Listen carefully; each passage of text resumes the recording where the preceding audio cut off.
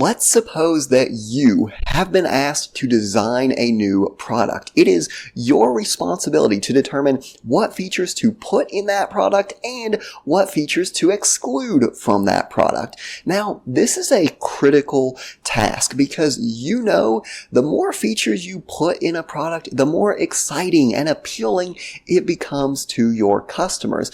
But you also know that features are not free, and the more features you put into that product, the more expensive your product becomes, which your customers are not going to like. So, how do you make that decision? What features go into this product? Well, as with everything in business or marketing, there's 1,000 different theories and frameworks. But the one that we are going to be talking about today is a tool from Lean Six Sigma.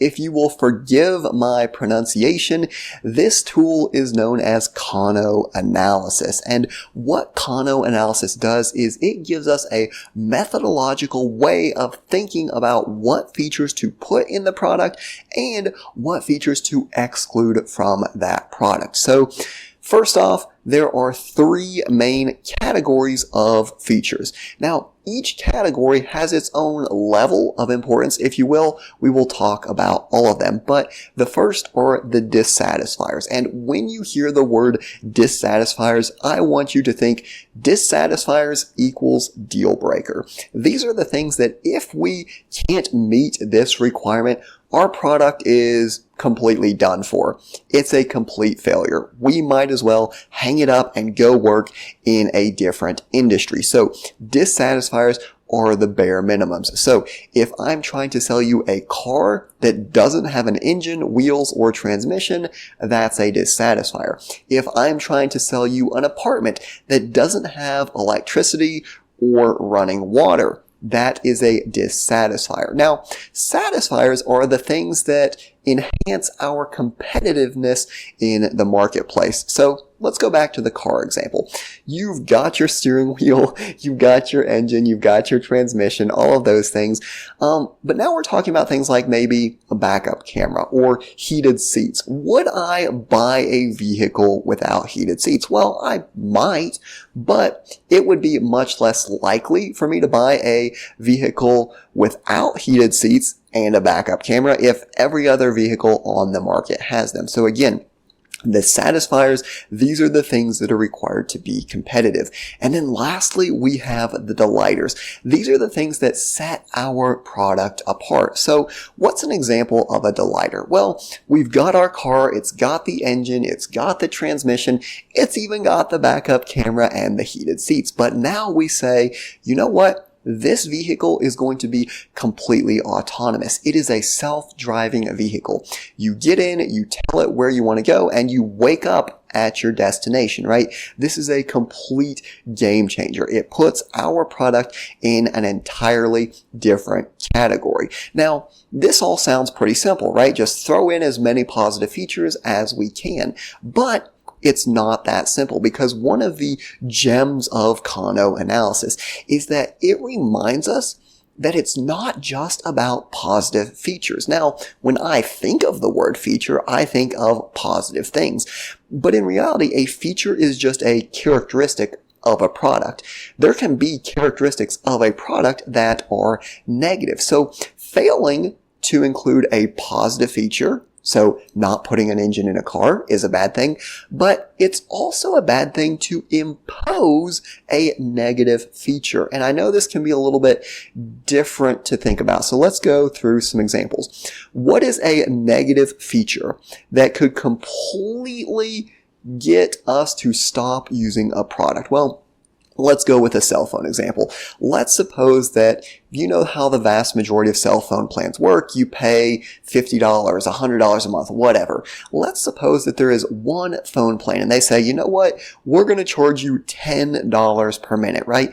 This is a feature of that service that is incredibly negative. There's no way that anyone would use this service because 10 minutes is going to cost you $100, right? So that is a complete deal breaker.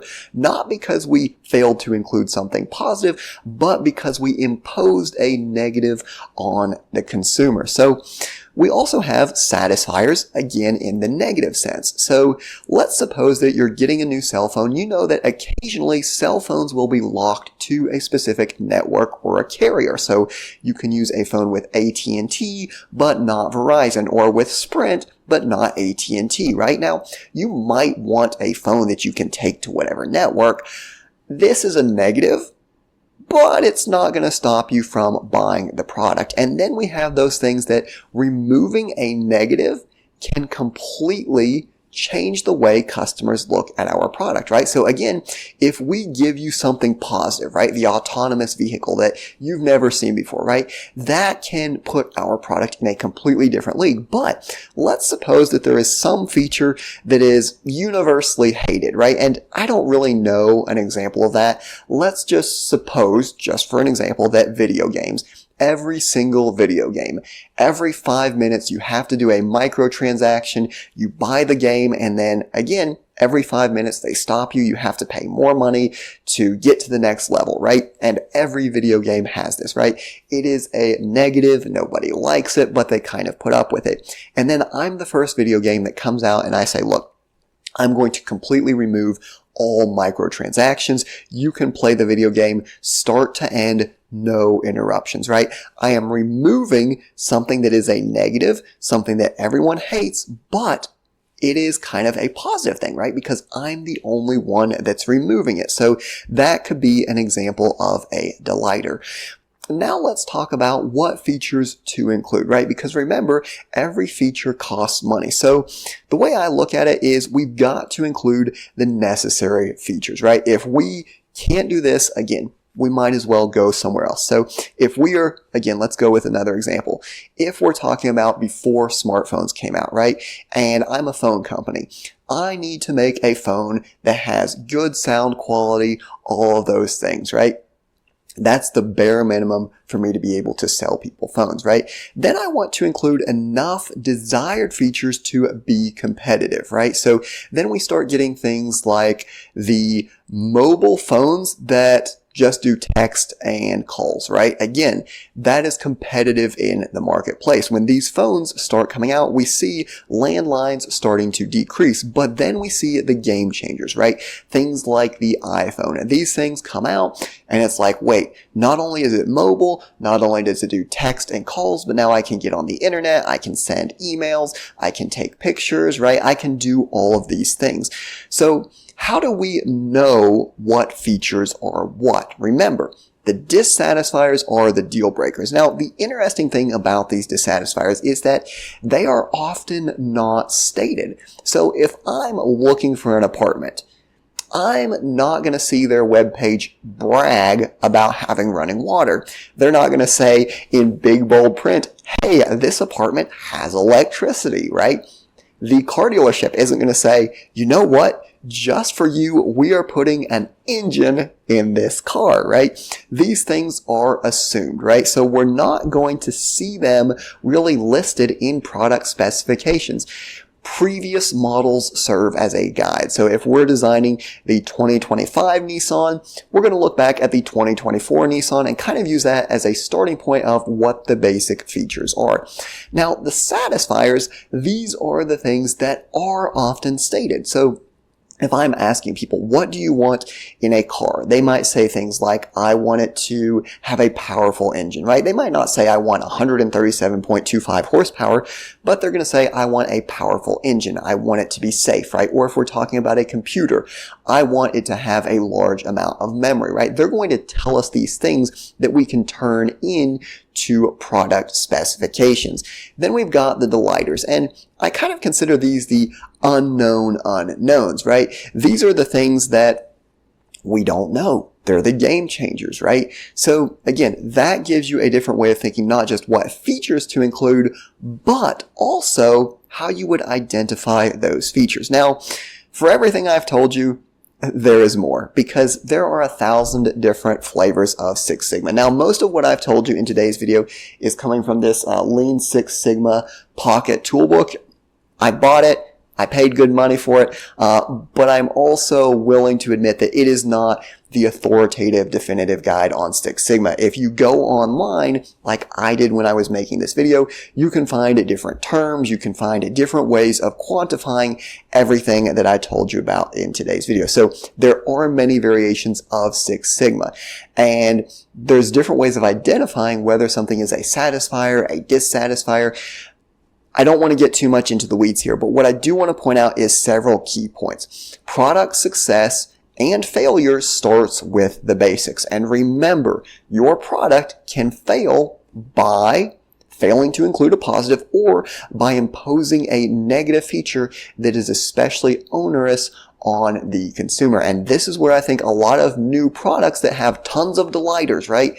This product comes out and it is a game changer. It has all these amazing features, but it gets held back because it has those delighters, it has those satisfiers, but it also imposes a major dissatisfier, right? So we've got to start at the bottom of the pyramid. It doesn't matter how amazing of a vehicle I'm going to sell you, right? It's an autonomous vehicle with heated seats and a backup camera, but it doesn't have an engine, right?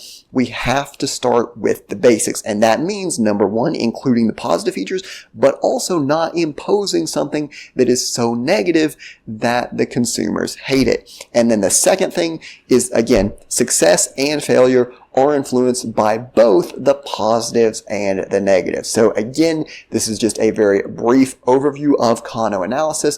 If you're doing this for a project, something in real life, I would definitely recommend doing a little bit more research online because there is more detailed guidance on how to identify these features, how to prioritize what features are what, right? So again, this is the very basics, but the key point here, you need to know what is what. If you're putting a feature in your product, is this something that is a bare minimum requirement, or am I trying to change the game here? So I hope you found the video useful. As always, I do appreciate you watching, and I will see you in the next one.